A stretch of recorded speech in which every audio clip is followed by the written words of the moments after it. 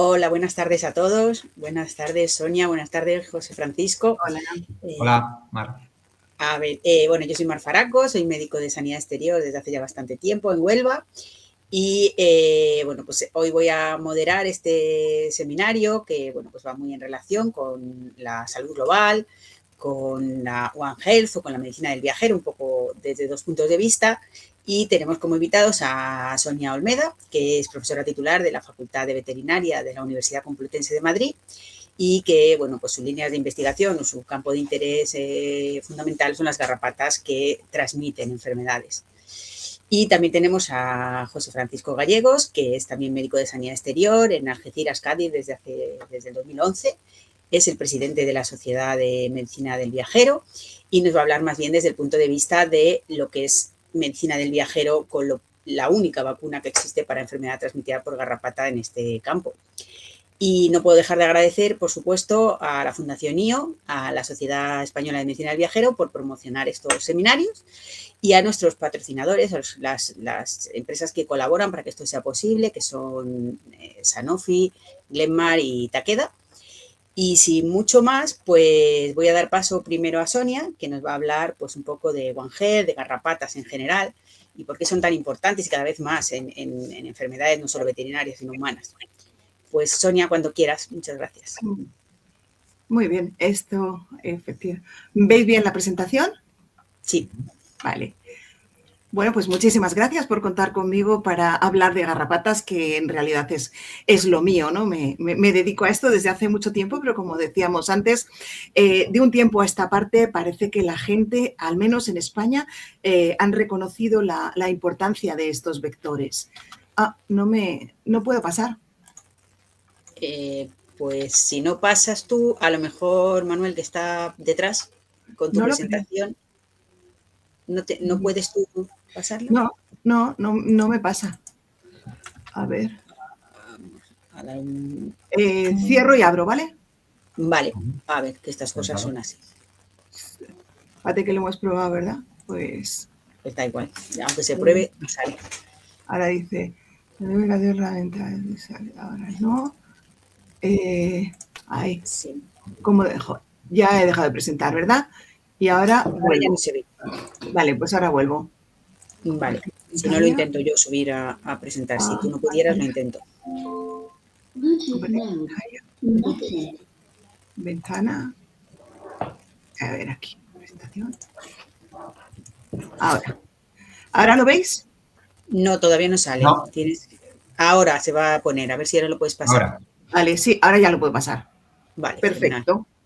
Bueno, pues como decía, vamos a hablar de las garrapatas y en realidad el principal problema que tenemos cuando hablamos de garrapatas es que todavía no hay una conciencia. Igual que para mosquitos ya tenemos muy asumido que no es lo mismo el Culex, que el mosquito tigre, que Flebotomus, que sin embargo cuando hablamos de garrapatas creemos que es una entidad única y no es así. Tienen características comunes y es que es un grupo taxonómico, son ácaros, que se han especializado en ser hematófagos, por lo tanto parásitos obligados, pero que están con nosotros, como veremos luego, desde hace mucho tiempo. Eso les ha hecho adaptarse a todas las condiciones hospedadores y ecosistemas.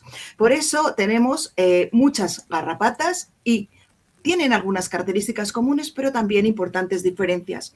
Y muchas veces para controlar tenemos que fijarnos en esas diferencias. Como decíamos, cuando hablamos de vectores, siempre nos vamos hacia los insectos, porque ahí están los mosquitos, que son los principales vectores de enfermedades. Sin embargo, muy lejos de ellos, taxonómicamente, dentro de los quelicerados, o sea, familiares lejanos de las arañas y de las escorpiones, tenemos a los ácaros y dentro de los ácaros a este grupito pequeñito de los parasitiformes y dentro de ellos de las garrapatas. Fijaros que lo que os decía es que llevan con nosotros desde hace muchísimo tiempo. En los pocos fósiles que hay nos indican que ya en la época de los dinosaurios, como veis aquí, se ha encontrado pues, una garrapata cerca de una pluma. Por la época en la que se ha datado, se considera que esta era parásita de de un dinosaurio emplumado que había en aquella época, pero se considera que son todavía más antiguas. Tenemos referencias de incluso de hace 195 millones de años. Así que han tenido toda esta evolución para adaptarse a los animales que somos hoy en día, ¿no?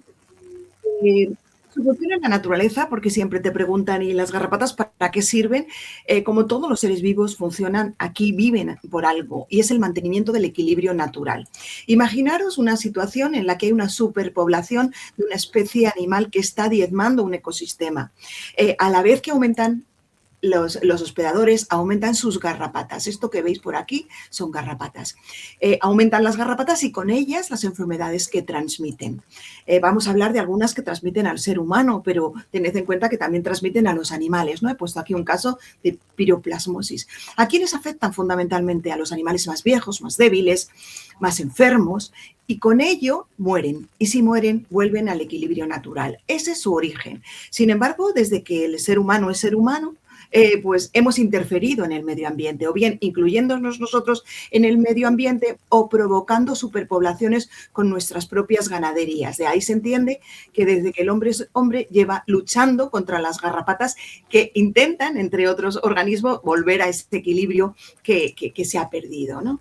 Todos sabéis que tienen una acción patógena directa, ¿no? Hay veces que producen reacciones alérgicas, sobre todo en personas que les pican con asiduidad, por ejemplo, guardas forestales o gente que está muy en contacto con el campo. Gracias a Dios, en España no tenemos la parálisis producida por garrapatas. Aquí os pongo un enlace y un caso, por ejemplo, estos de animales, pero también pueden afectar a niños, ¿no? Y es una toxina que lleva la glándula salival de la garrapata y que produce una parálisis ascendente que puede terminar con la muerte. Lo bueno es que si se encuentra la garrapata y se desprende, enseguida desaparece ese efecto. Pero lo más importante que tienen las garrapatas es su acción patógena indirecta. No voy a hablar del síndrome alfagal, que seguramente vosotros conoceréis mejor que yo, y que está asociado en muchos casos a una picadura previa por una garrapata y finalmente desemboca en una alergia como al consumo de carne roja, fundamentalmente tras unas horas de consumo de carne roja. Esto siendo importante, lo más importante que tienen las garrapatas es su capacidad de transmitir agentes, desde virus, bacterias, protozoos e incluso, no lo he puesto aquí porque estamos en humana, pero también nematodos. Bueno, dentro, aquí se recogen algunos de las enfermedades transmitidas por garrapatas de interés sanitario que están en la página web del Ministerio de Sanidad, con quienes colaboramos muy cercanamente, ¿no? ¿Cómo transmiten las garrapatas los patógenos, sea el que sea? Pues ya sabéis que existe un tipo de transmisión que hablamos de la transmisión mecánica, que es pues una contaminación del aparato bucal cuando se está alimentando y cuando se prende en otro animal, accidentalmente le pasa lo que le está manchando el aparato bucal, pero por su tipo de alimentación las garrapatas solo son vectores biológicos, que en realidad son los mejores vectores, porque el propio agente, perdón, el propio vector, la propia garrapata, forma parte del ciclo biológico del agente. El agente se multiplica o se divide o crece, evoluciona dentro de la garrapata. Y es que la garrapata actúa manteniéndolo en el espacio y en el tiempo. A ver si soy capaz de explicaros cómo se produce la transmisión. La transmisión habitualmente, aunque vamos a ver algunas excepciones, se produce primero cuando la garrapata se infecta normalmente a través de la alimentación. El agente se multiplica dentro. Cuando esa garrapata, que os he dicho, bueno, las garrapatas solo se alimentan 3 veces en su vida. Entonces, cuando se alimenta en un estadio, muda al siguiente estadio y vuelve a alimentarse, puede transmitir ese patógeno que adquirió. Por ejemplo, si era como larva, lo transmite como ninfa, o si era como ninfa, como adulto. A esa transmisión vertical se le llama transmisión transestádica. Pero existe otra todavía más curiosa, y es que el agente puede invadir los ovocitos de la hembra grávida. Esa hembra grávida se alimenta, o sea, se alimenta sobre un animal, se infecta a su descendencia. Estos huevos que nacen las larvas congénitamente infectadas y cuando se alimentan en los siguientes estadios lo transmiten. Esto se llama no me sale el cartelito. Bueno, aquí tendría que poner una transmisión transovárica, que es muy importante porque fijaros, aquí es una hembra que se infecta, pero su descendencia son miles de larvas. Puede que no todas evolucionen, pero con que sea un porcentaje de ellas, tiene un gran potencial de transmisión.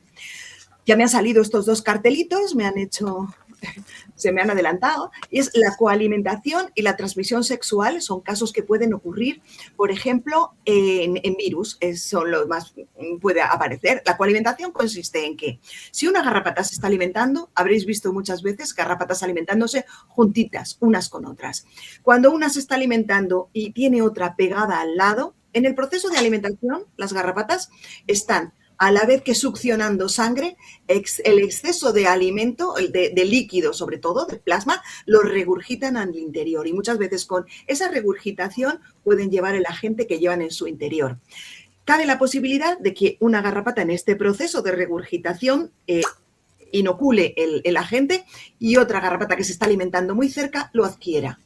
Eso es la coalimentación. Y la transmisión sexual, un macho al fecundar a la hembra, un macho infectado, transmite la infección a la hembra.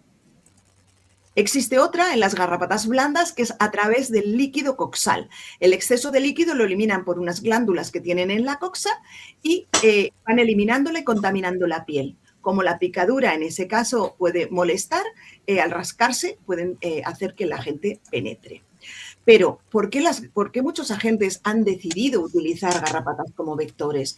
Pues porque tiene muchas ventajas, os las cuento. Una de ellas, el agente está protegido. No tiene que hacer formas de resistencia, puesto que la propia garrapata le está protegiendo cuando no está dentro del hospedador vertebrado. En segundo lugar, las garrapatas muchas veces son específicas de hospedador. De manera que si eres un agente de perro, y utilizas una garrapata como Rhipicephalus sanguineus que se alimenta sobre perro, tienes muchas probabilidades de que vayas a alimentarte en el siguiente estadio en otro hospedador receptivo a la gente. Además, te van a depositar directamente en el torrente circulatorio, así que te puedes difundir muy rápidamente por el organismo. Y finalmente, como os he comentado, hay veces en las que si la garrapata entra en diapausa, el agente puede también entrar en diapausa y puede permanecer durante tiempo en el medio ambiente, sin que le haga falta un hospedador vertebrado. Así que todas estas ventajas hacen de las garrapatas muy buenos vectores. ¿Qué es lo que está pasando actualmente? Pues, como os digo, yo llevo 30 y tantos años trabajando con garrapatas y hasta hace muy poco no se les ha dado importancia. Realmente teníamos algunas enfermedades transmitidas por garrapatas. Hay una fiebre exantemática mediterránea que es endémica de nuestro país. Estaba el Lyme, pero el detonante ha sido la fiebre hemorrágica de Crimea-Congo. A partir de 2016 se han empezado a dar cuenta de que las garrapatas son importantes y que además las garrapatas mediterráneas no son las mismas que hay en el resto de Europa y que eso marca la diferencia. Os voy a intentar explicar qué es lo que está pasando. Por una parte, es verdad que el cambio climático está afectando a la distribución. Es cierto que el incremento de las temperaturas, por ejemplo, os pongo aquí un mapa del ECDC, donde está Hyaloma marginatum, que es una garrapata mediterránea, y sin embargo ya empiezan a encontrarse, son los amarillos o los naranjas, no sé, empiezan a encontrarse casos en otros países de Centro Europa donde hasta hace poco tiempo, aunque fueran transmitidos o llevados por los animales, ya sean aves o ya sean mamíferos que transportan, el invierno era tan duro que no podían sobrevivir. Sin embargo, ahora las temperaturas no son tan extremas y ya hay poblaciones autóctonas de Hyaloma, con todo lo que ello conlleva. Además, es verdad que estamos haciendo un transporte, un comercio continuo por todo el mundo. Y siempre cuento este caso de cuando en España se empezaron a poner las granjas de avestruces y se importaban avestruces de Sudáfrica. Sudáfrica es un país endémico de fiebre hemorrágica Crimea-Congo y el vector, como sabéis, son las garrapatas del género Hyaloma, que son nuestras garrapatas, las más abundantes que tenemos aquí. O los viajes, todos hemos viajado a cualquier parte del mundo, por ejemplo Turquía es otro lugar que muchos de vosotros habréis visitado y que es una zona endémica de Crimea-Congo. También y no es desdeñable el hecho de que ahora las herramientas diagnósticas son mucho más poderosas. Podemos llegar a saber de qué ha muerto un paciente cuando seguramente hace unos años, aunque hubiera sido, no lo hubiéramos reconocido. Y también la comunicación, la sociedad. Como os digo, de un tiempo a esta parte estamos haciendo muchísima difusión, pero porque los medios nos lo piden. Salimos, bueno, sobre todo en primavera, ¿no? En la radio, en la televisión, quieren saber sobre garrapatas, cuando hasta hace poco lo único que hacían era poner cara de asco cuando hablabas de ellas, ¿no? También hay un mayor contacto de todos nosotros. Hace tiempo las enfermedades transmitidas por garrapatas eran enfermedades profesionales que afectaban al ganadero, al veterinario, al guarda forestal, al agricultor, y sin embargo ahora todos nosotros salimos al campo, mandamos a nuestros niños a campamentos en el campo, de manera que se ha estrechado ese vínculo entre la naturaleza y sus habitantes, entre ellos las garrapatas, y nosotros mismos. Así que casi siempre, o sea, detrás de lo que está pasando hay un factor humano. ¿Qué garrapatas tenemos en España? Y este es mi legado. Yo lo que quiero es que hoy os quedéis con esta idea, ¿no? Que hay distintos tipos de garrapatas y que en ese proceso que os he contado de adaptación tan profunda de la garrapata al hospedador y a la gente, cada garrapata está asociada con un patógeno. No quiere decir que no se puedan encontrar cualquier otro patógeno. De hecho, pensad que las garrapatas cuando se están alimentando son como una jeringuilla de sangre, adquieren la sangre del hospedador. La presencia de la gente en una garrapata no quiere decir automáticamente que sea vector. Yo os voy a poner aquí y los que son los vectores principales. Dermacentor y las rickettsias. Hemaphysalis, la pobre, no transmite nada por ahora. Hyaloma, fiebre hemorrágica de Crimea-Congo. Ixodes, Lyme y también la encefalitis, que nos hablará luego José. Y Rhipicephalus también las rickettsias. Voy a intentar daros un jaspeo así muy ligero. Hyaloma es una garrapata grande que tiene las patas, que tiene las patas jaspeadas y que en muchas ocasiones es muy activa. Se alimenta, es exófila, decimos, está en el campo, alimentándose sobre distintos animales, sobre todo en sus estadios inmaduros sobre conejos. ¿Qué es lo que ha pasado recientemente? Que han aumentado mucho los conejos. Ya no se mueren de mixomatosis y de fiebre hemorrágica, de la fiebre hemorrágica de los conejos. De manera que están poblando, están recuperando ese territorio. Hispania significa tierra de conejos.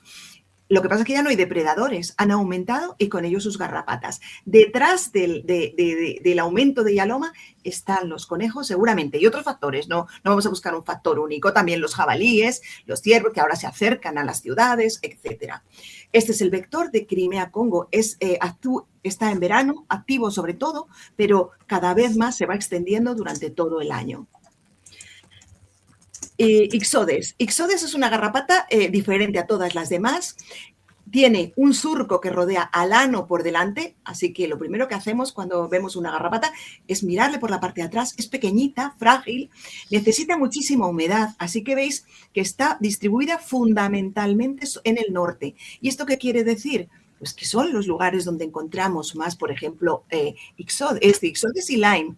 Sin embargo, veis otros puntos por España. Eso quiere decir que no buscamos hábitats enormes donde la humedad sea muy alta, sino pequeños hábitats, un pequeño riachuelo que se mantiene húmedo todo el año y al que van a beber los animales incluso en verano, pues ahí se puede mantener. ¿Vale? Esta es la misma garrapata que tenemos en el resto de Europa. Esta es la fundamental que tienen por toda Europa.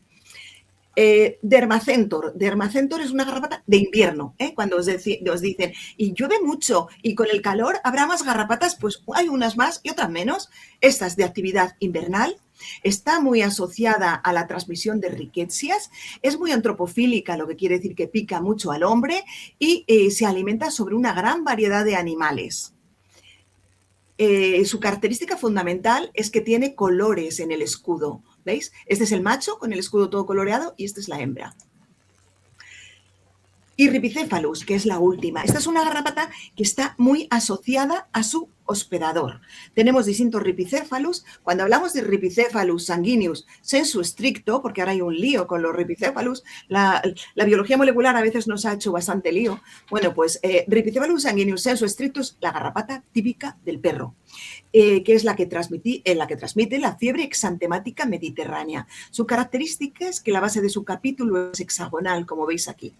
Es estival, pero ¿qué es lo que ha pasado? Que la gente cuida mucho a sus perros, cada vez se ven menos. Antes era muy fácil conseguir Ripicephalus sanguineus y ahora te tienes que ir a zonas muy de campo, muy rurales, donde no se ocupen demasiado de los perros para encontrarla. Eso ha hecho que haya menos Ripicephalus y seguramente, no lo sé a 100%, pero seguramente menos fiebre exantemática mediterránea. Y está por toda España porque depende del hospedador, ¿vale? Es la típica garrapata que vemos en los perros. Y ya para terminar, lo que quería contaros es que, bueno, nosotros estamos trabajando con el Ministerio de Sanidad, como os hemos dicho, y colaboramos en este Plan Nacional de Prevención, Vigilancia y Control de Enfermedades de Vectores, en la parte 3, que es el de garrapatas. Y aquí a la derecha lo que estáis viendo es que hemos elaborado en este proyecto ARES y pidiendo ayuda, colaboración ciudadana, hicimos el primer mapa íntegro de garrapatas de España. Hasta entonces no sabíamos parchecitos, pero ahora tenemos pues 22.000 garrapatas, sigue incrementándose. Os animo a que entréis en esta página y que veáis la distribución. Podéis verlo por géneros y por especies. Y pretende ser una herramienta para vosotros, para el diagnóstico. Y ahora estamos con este otro proyecto, es VectorSur, GARES, que también seguimos y lo que hacemos es asesorar al ministerio, trabajar en una plataforma que se llama Garrapata Alert, que ahora os comentaré muy brevemente, y asesorar también a las comunidades autónomas para que hagan sus planes de vigilancia, prevención y control. Y estudiamos sobre todo el virus de la fiebre hemorrágica en hialoma. La plataforma de la que os hablo, que es Garrapata Alert, que desgraciadamente tenía que ya estar en funcionamiento, pero hemos tenido problemas informáticos, te da información. Esto sí, todavía, o sea, esto funciona. Podéis descargarosla, Garrapata Alert, y tenéis información sobre garrapatas, qué hacer si te han picado, etcétera. Pero lo más interesante es que podéis reportar, bueno, estos son pues lo que tenéis que hacer, los pasos para quitaros las garrapatas y demás, pero lo más interesante es que podéis reportar mediante fotografía o incluso, esto es lo que no está funcionando, esto es lo que nos falla, ¿vale? Pero en un futuro próximo funcionará. Mediante una fotografía o mediante el envío del ejemplar, podéis reportar una garrapata a nosotros, que somos los que estamos detrás de toda esta aplicación, y os decimos el género. Con eso, y tal y como os he explicado hoy en la charla, tenéis una orientación hacia el diagnóstico, una orientación ligera hacia el diagnóstico, ¿no? Y en eso estamos. Así que las conclusiones son, como veis, que os quede muy claro que las garrapatas son muy diferentes entre sí, tanto en distribución como en requerimientos y como su afinidad por picar al hombre. Que la identificación a nivel de género es factible, es fácil, podéis hacerla, pero que si no, mediante Garrapata Alert, que está aquí abajo, estamos nosotros ahí para daros ese asesoramiento. En cualquier caso, si eso no funciona, tenéis mi ángeles@ucm.es, os ponéis en contacto con nosotros y nosotros podemos ayudar, ¿no? Aunque la situación está cambiando, existen ya mapas de distribución de garrapatas, ese mapa que os he enseñado. Ante una picadura de garrapatas sería interesante identificar el género tal y como os lo hemos explicado, y para eso estamos poniendo a punto Garrapata Alert. Y nada más, muchísimas gracias y perdón porque me he alargado más de lo que esperaba. Muchísimas gracias a ti, Sonia. La verdad es que yo tengo aquí como 7 preguntas, pero ahora no van. Voy a, pues, aparte de que sí, que se priorizará si la gente tiene preguntas en el público, animaros porque seguro que las tenéis, ir escribiéndolas y se seleccionarán las que se podrán. Y bueno, para no demorarnos mucho, que no te has pasado nada de tiempo porque hemos empezado un poquito tarde, o sea que perfecto. Vale.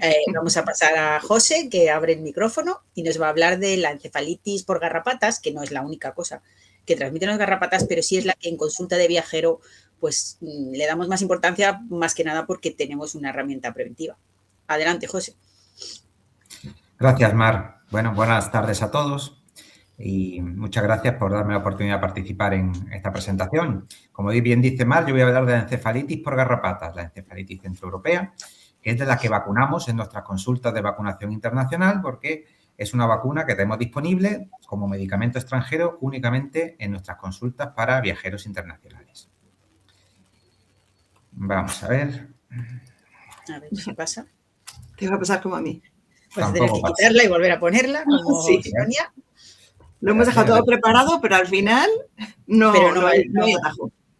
No ha habido suerte, pero bueno. ¿Qué le vamos a hacer? Vamos a ver. Le voy a volver a dar, compartir. Ventana. Y aquí, compartir. Bueno, ¿lo veis? Todavía no. Vamos a darle un momento. Ahora sí, parece que se está cargando. A ver si va. Vale, yo ya puedo pasar. Vale, pues ya está. Bueno, pues sin demorarnos más, vamos a hablar un poquito sobre la encefalitis por garrapatas, un poquito de epidemiología, la clínica, el diagnóstico y la vacuna disponible para todo aquel que esté en riesgo. Como ya ha comentado Sonia en esta magnífica presentación, pues no es la única enfermedad transmitida por garrapatas, hay muchas. Aquí tenéis alguna tabla que os he traído de la Alianza Global del Lyme de Estados Unidos, donde bueno, destacan algunas de estas garrapatas más frecuentes en su medio, con algunos virus, bacterias que transmiten las mismas, especialmente pues eso, enfermedad de Lyme, que es la más extendida a nivel mundial. Y si nos quedamos en únicamente enfermedades víricas, pues la lista se amplía. Con esa fiebre hemorrágica de Crimea-Congo, que es la que ha hecho saltar las alarmas, la tan temida que hemos tenido algunos casos en nuestro país, y otras con diferentes huéspedes hospedadores, diferentes vectores implicados, pero, como decía, la única en la que tenemos ahora mismo una vacuna disponible para evitar la infección es la encefalitis centroeuropea. Esta encefalitis, tick-borne encephalitis en inglés, es una arbovirosis producida por un flavivirus, un ARN monocatenario, igual que otros virus transmitidos por garrapatas o incluso mosquitos. Tenéis ahí una fotografía, de los que existen varios tipos. Hay varios descritos, los microbiólogos tienen sus discusiones sobre los tipos. Los principales, más extendidos, son el centroeuropeo, que es el que se da en la región europea, el extremo oriente, que es el que provoca la encefalitis primero estival rusa, que son estos colores que veis aquí naranjas, y ya el siberiano. Se solapan unos a otros, pero bueno, se desplazan. La centroeuropea es la que está situada más al oeste y el resto se desplazan hacia el este. Tenemos que decir que de la nuestra, la que se afecta más en nuestra proximidad, en nuestro continente, pues es la de que suele tener una clínica más leve. Como os digo, no es la única, hay descritos otros tipos, pero estos son los tres fundamentales. Esta enfermedad se describió ya en los años 30 por una expedición a la taiga rusa por parte de una serie de exploradores. ¿Cómo de importante es la encefalitis centroeuropea? Pues mirad, se reportan unos 10 o 12.000 casos anuales. Como suele ocurrir con muchas de estas enfermedades, pues hay un infradiagnóstico muchas veces de las mismas. En Rusia se produce un montón. Se estima que hay años que puede darse únicamente en Rusia ese número de casos, habiendo unos 2.000, 3.000 de media en la Unión Europea. Aunque ahora, como veréis, pues ese número se está incrementando. ¿Mayor incidencia en nuestro territorio? Pues se da sobre todo en países del centro de Europa, Alemania, Austria, Suiza, los Balcanes, países bálticos, han experimentado un crecimiento muy importante, Estonia, Letonia, Lituania, y también los países nórdicos, todo Escandinavia. Y habitualmente es una enfermedad que se daba en zonas boscosas de no demasiada altitud, en torno a los 1.400 metros. Pero esto está cambiando, tanto en la extensión, que está habiendo una extensión al norte, al sur también, en zonas de Francia, norte de Italia, en la región de Trento, como al este y también al oeste, de aparición de casos, de infecciones por este virus de la encefalitis centroeuropea.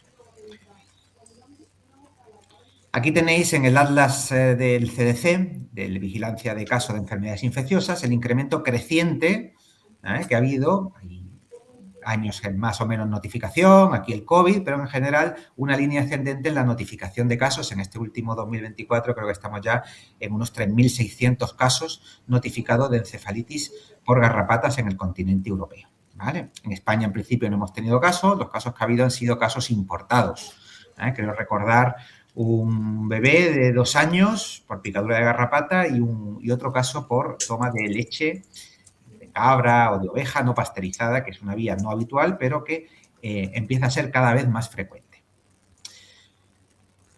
Está apareciendo la encefalitis en zonas donde no estaba anteriormente. Como os digo, ha habido tanto en países nórdicos, en Finlandia, en Reino Unido, donde no se habían detectado, pues ya se empieza a detectar casos de garrapatas, del virus, de la encefalitis por garrapatas, que bueno, con un buen diagnóstico, en muchos lugares pues puede que no se hayan logrado diagnosticar. Se está viendo que por esta extensión, como decía Sonia, por muchos factores climáticos de extensión humana a zonas donde anteriormente no estaban y otros, esta enfermedad está cruzando fronteras.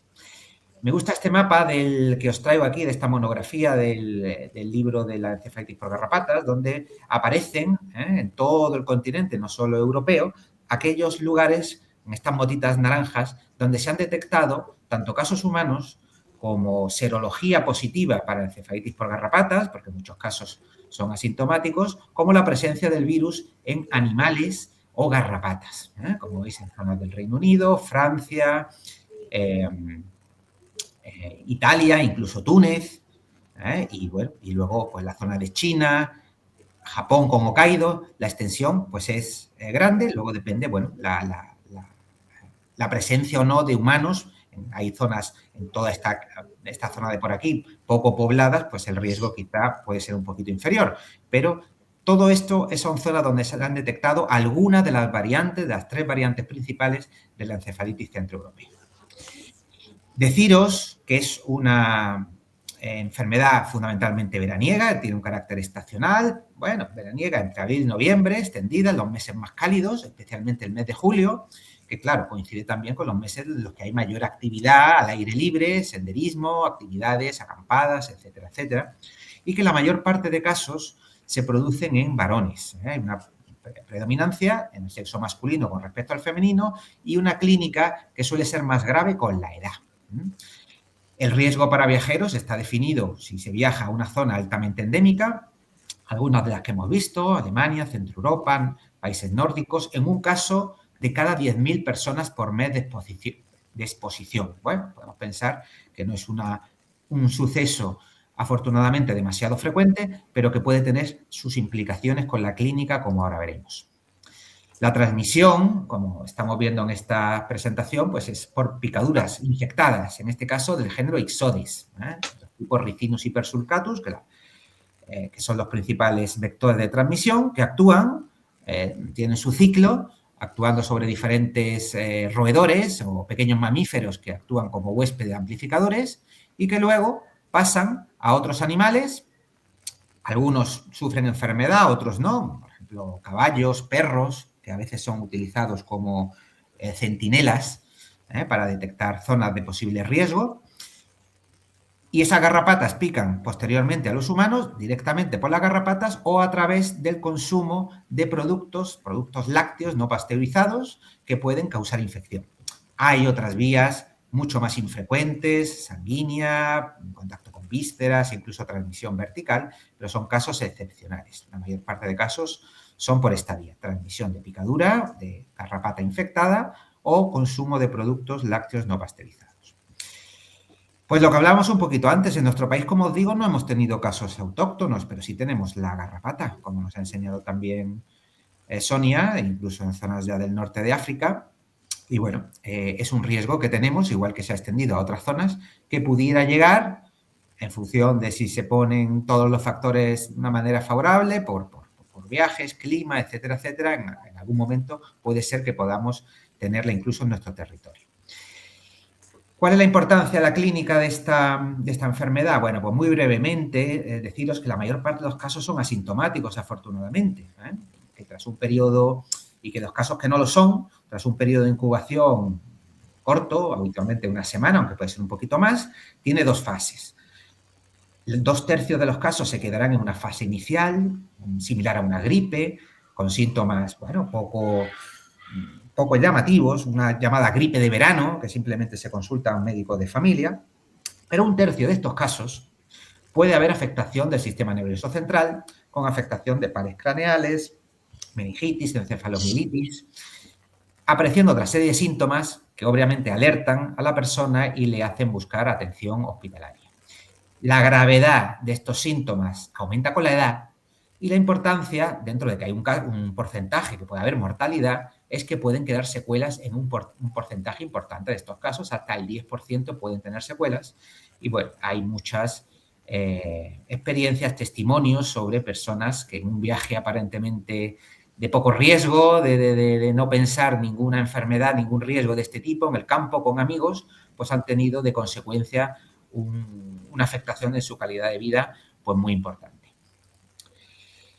¿Cómo llegamos al diagnóstico? Pues el diagnóstico, primero, pues por el antecedente de viaje, y si tenemos desde picadura es lo ideal, pero muchas veces no es detectable porque, bueno, aquí tenéis los tamaños de las picaduras, pero las picaduras pueden ser incluso realizadas pues, por ninfas, que son pequeñitas.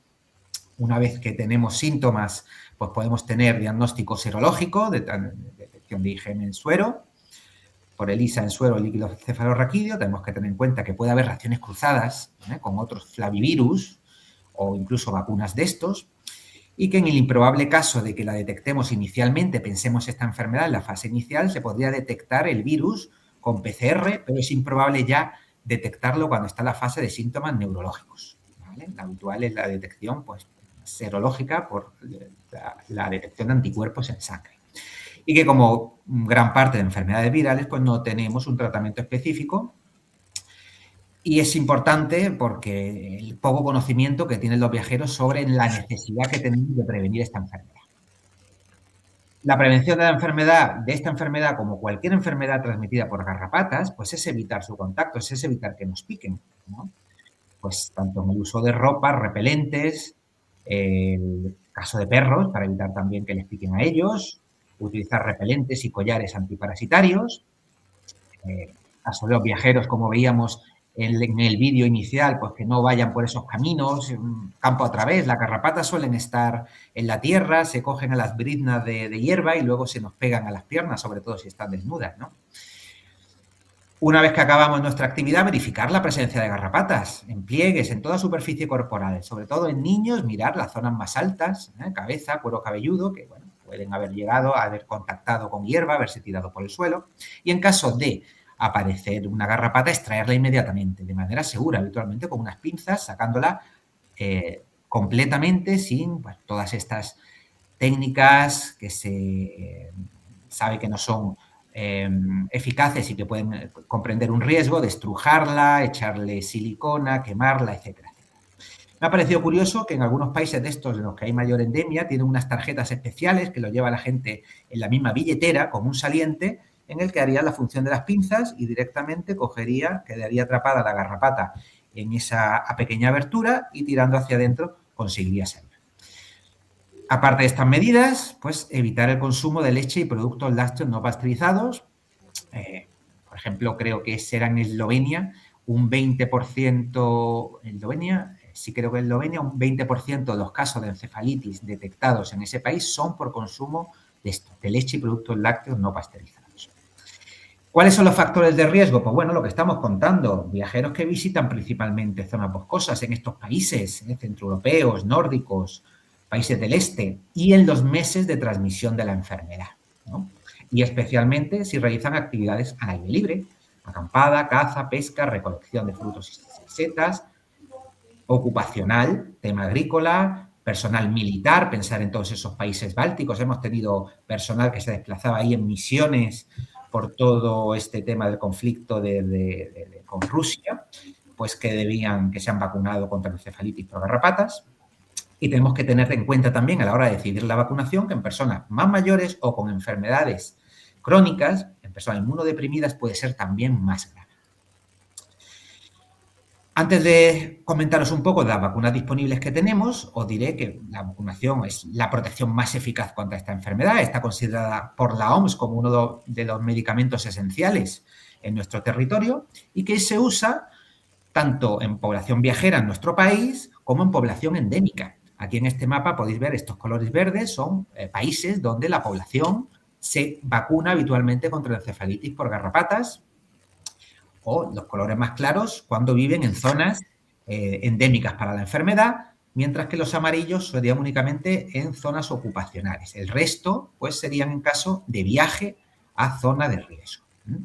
Una cosa importante del tema de la vacunación contra encefalitis es que tiene que hacerse con cierta planificación, porque hace falta 2 meses para seguir la pauta habitual, la pauta estándar de vacunación contra garrapata y conseguir una protección efectiva. Es decir, si vamos en primavera, verano, pues ya hay que estar en el invierno pensando en la vacunación. Y que únicamente estaría indicada para viajeros que van a esos países en zonas de riesgo y están fuera de zonas urbanas, es decir, no van a visitar capitales, no van a visitar simplemente un viaje de turismo a las principales capitales europeas. No, sería si cumplieran estos factores de riesgo. ¿Cuáles son las vacunas? Bueno, las vacunas en nuestro continente aparecieron primero las rusas, pero las que usamos, que tienen la cepa centroeuropea, son estas que veis ahí, FS-Immun y Encepur. FS-Immun de Pfizer apareció primero, Encepur de Glaxo en otros países comprada por Bavarian Nordic, que la que tenemos actualmente como medicación extranjera en nuestras clínicas es también llamada Ticovac en otros países europeos. Y tenemos formulación tanto de adultos como formulación de niños. Son vacunas efectivas, vacunas inactivadas, procedentes de virus enteros inactivados con formol, y son efectivas, aunque lo indicado, y hay vacunas también en Rusia y en China incluso, lo indicado pues es seguir la vacuna del territorio donde te encuentras, pero dan protección cruzada contra las 3 variantes del virus de la encefalitis por garrapata. Como os digo, esas presentaciones están disponibles, el corte de edad está en FS-Immun en 16 años, en Encepur en 12. Aquí tenéis las pautas que solemos usar en nuestras consultas, la primera dosis, la segunda entre 1 y 3 meses, la siguiente ya a los 5 o 12 meses y en Encepur pues similar, aunque la primera es un poquito antes, entre 2 y 3 meses, con la tercera hasta los 9 meses. Hay pautas rápidas, un poquitín menos efectivas según los estudios, pero igualmente buenas si consideramos que hay un riesgo elevado, y a partir de ahí tenemos una serie de refuerzos que se ponen habitualmente cada 3 años en la primera dosis y las posteriores cada 5 dosis, salvo cuando ya nos hacemos mayores. El límite es 60, 50 años en función de algunas guías, pues ahí se vuelven a recomendar cada 3 años. Tenemos que decir que son vacunas que son seguras, tienen pocos efectos secundarios, tienen una buena tolerabilidad, reacciones locales, en ocasiones puede dar fiebre, y que son sencillas de administrar en nuestras consultas porque se pueden poner junto a otras vacunas atenuadas e inactivadas, y tampoco tenemos interferencia con fármacos que habitualmente recetamos en nuestras consultas, como pueden ser antipalúdicos.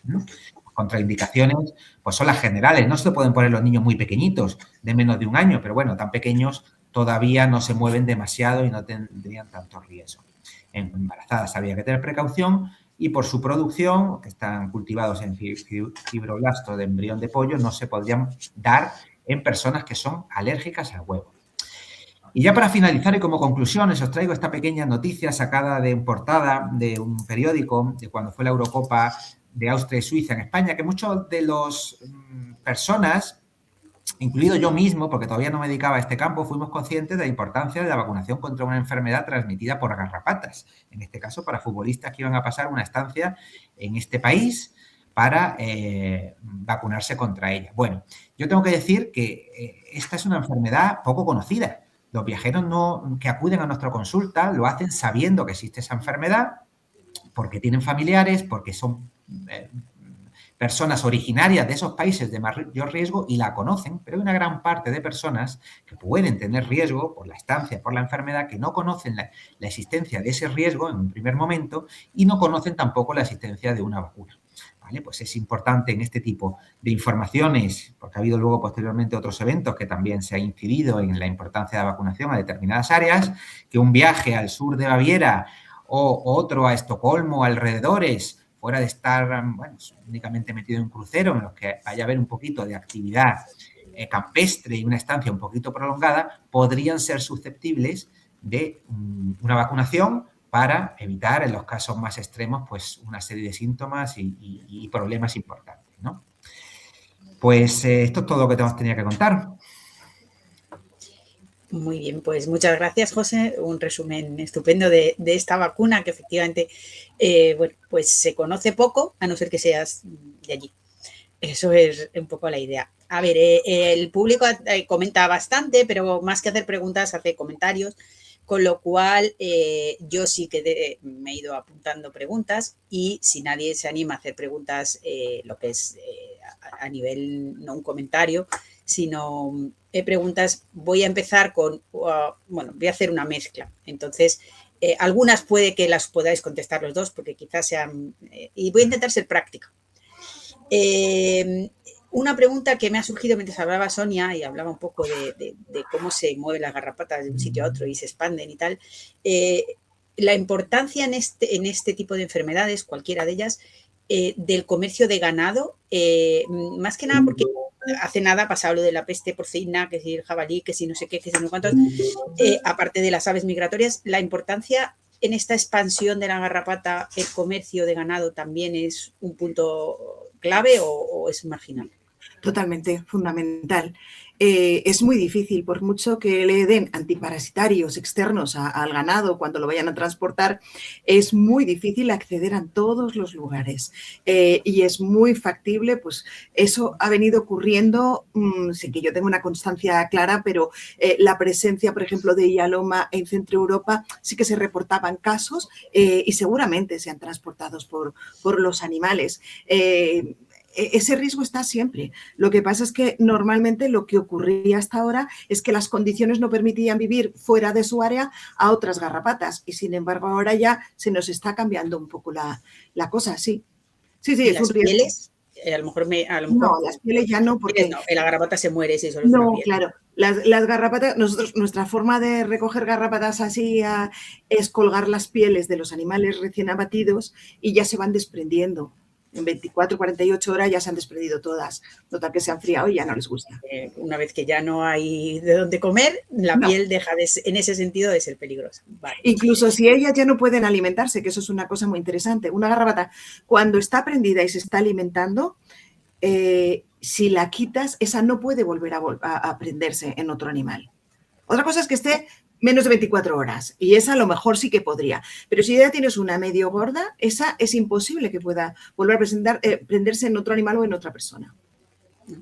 O sea, que si quitas una garrapata gorda y la dejaras vivir, ¿ya no vuelve a picar a otro animal o a otra persona? No, porque el proceso por el que te pican es muy complicado. Imagínate, cuando te pica tú no lo notas, te está produciendo sustancias anestésicas, antiinflamatorias, anticoagulantes, etcétera. Todo eso lo produce gracias a las glándulas salivales, pero por decirlo así, se van agotando. Entonces, ya que una vez que ya ha producido toda la sustancia que produce el cemento, ya no puede volver a utilizar esa glándula y eso se va agotando. Entonces, sigue. Es un camino siempre en dirección hacia adelante. Si tú la retiras y tiene que volver a empezar, ya no puede. Por eso tiene que mudar al siguiente estadio. Vale, pues eso, absolutamente novedad total de la una cosa, al hilo de esto, una cosa que ha dicho José y que me ha recordado, lo de las tarjetitas, es que es cierto que cada garrapata se prende de una manera distinta. Os he dicho que Ixodes es un poco diferente. Es la más prehistórica de todas. Entonces, todas las demás lo que hacen es que producen una especie de cemento que las fija cuando se están alimentando. Al desprenderlas, se desprenden más fácilmente y te llevas lo que te parece media piel del animal o de la persona. En realidad es el cemento que ella misma ha segregado. Sin embargo, Ixodes no. Ixodes se clava y se clava a ella entera. Produce una reacción inflamatoria mucho más intensa que las demás. Y a veces es difícil acceder, siempre contamos eso de que hay que ir con unas pinzas, llegar a la base y tirar en perpendicular. A veces, cuando hay tanta inflamación, en Ixodes es difícil. Y estos artilugios, que para otros géneros de garrapatas no te sirven para nada, para Ixodes son fundamentales porque accedes justo a la base. Son muy útiles. Bien, a ver, como aquí esa no es la nuestra, pero bueno, sí, en el norte de España hay muchísimas, sí, también es la nuestra.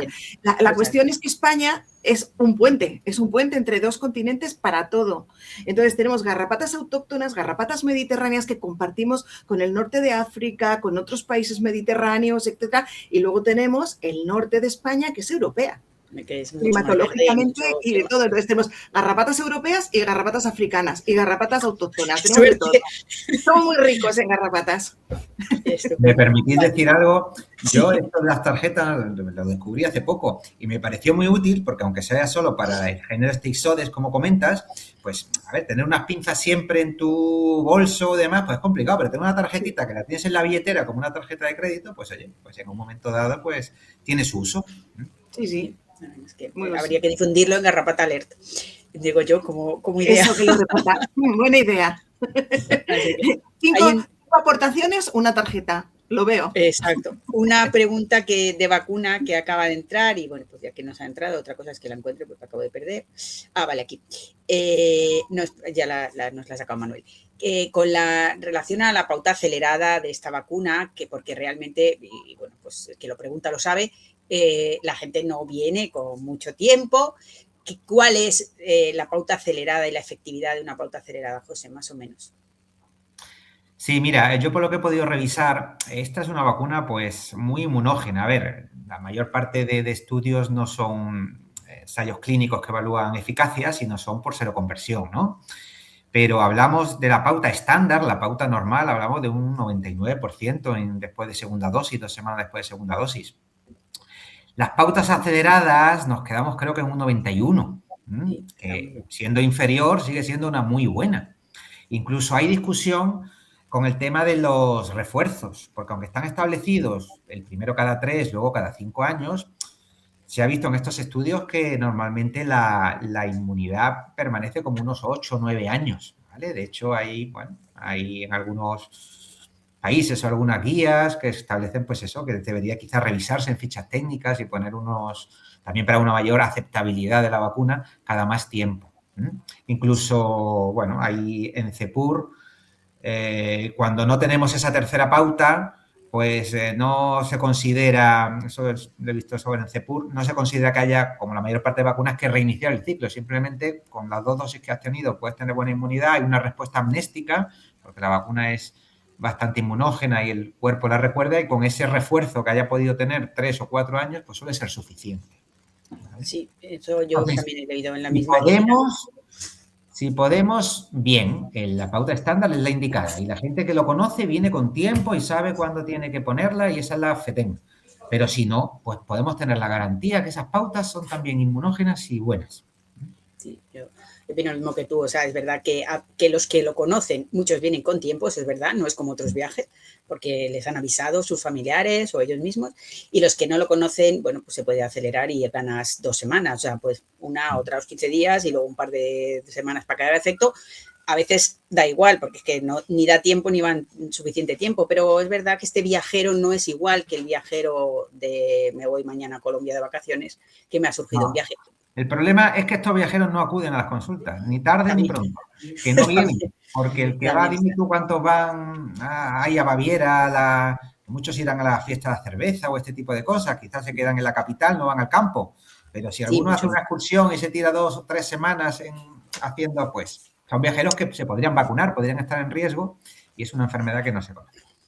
Ahora sí acaban de aparecer varias preguntas y nos quedan muy pocos minutos, pero bueno, voy a intentar hacer alguna. Nos preguntan, por ejemplo, que si estos virus, sea el de la encefalitis, que me acongo y eso, se pueden excretar por las personas en orina o en... Yo realmente desconozco un poco porque yo de clínica, la verdad que no lo mío. Sé que el Crimea-Congo pues es muy contagioso, la encefalitis no en principio no se transmite de persona a persona. No sé si tenéis alguna idea o esta se queda para un clínico que sepa más de lo que es. Yo sin ser clínico, ya sabéis, pero lo que sí es que sabemos es, por ejemplo, que el segundo caso de Crimea-Congo que hubo en España fue el de la enfermera que taponó la hemorragia del paciente, del primer paciente. Entonces, no sé si tanto como otras enfermedades, pero en contacto con fluidos sí que se puede transmitir, sí. Y también hablan, por ejemplo, en Turquía, que es un sitio donde hay bastante Crimea-Congo, trabajadores de los mataderos, porque los animales tienen una viremia muy corta, pero si en ese periodo de tiempo están manejando las canales, también se pueden infectar. Contagiar, vale. A ver, por aquí que hay más, pero no sé qué le pasa al Mar, chat. Que no lo una veo. cosita solo. Sí, yo tampoco soy Dime. clínico, pero encefalitis es excepcional completamente, pero sí se ha descrito algún caso con vísceras de animales infectados y alguna transmisión madre-hijo en la gestación. Es una cosa excepcional. En las fiebres hemorrágicas, pues entiendo que sí, la transmisión son virus altamente transmisibles, al menos por sangre. En eso sí. También nos dicen a qué distancia te puede detectar una garrapata y desplazarse para picarte. Eso es un mundo, porque Cada una. claro, estamos hablando de que hay distintos tipos de garrapatas, esa es la máxima. Entonces, hay garrapatas, la mayoría de ellas son garrapatas que decimos acechadoras. La típica imagen de una garrapata en la hierba extendiendo el primer par de patas, porque tiene unos órganos para detectar el CO2, el calor, la temperatura, etcétera, del hospedador, están ahí y se quedan quietas, no van a buscarte. Sin embargo, está y Aloma lusitanicum fundamentalmente, Marginatum también, que buscan activamente al hospedador. Entonces estamos acostumbradas cuando estamos muestreando, decimos que ellas vienen a ti.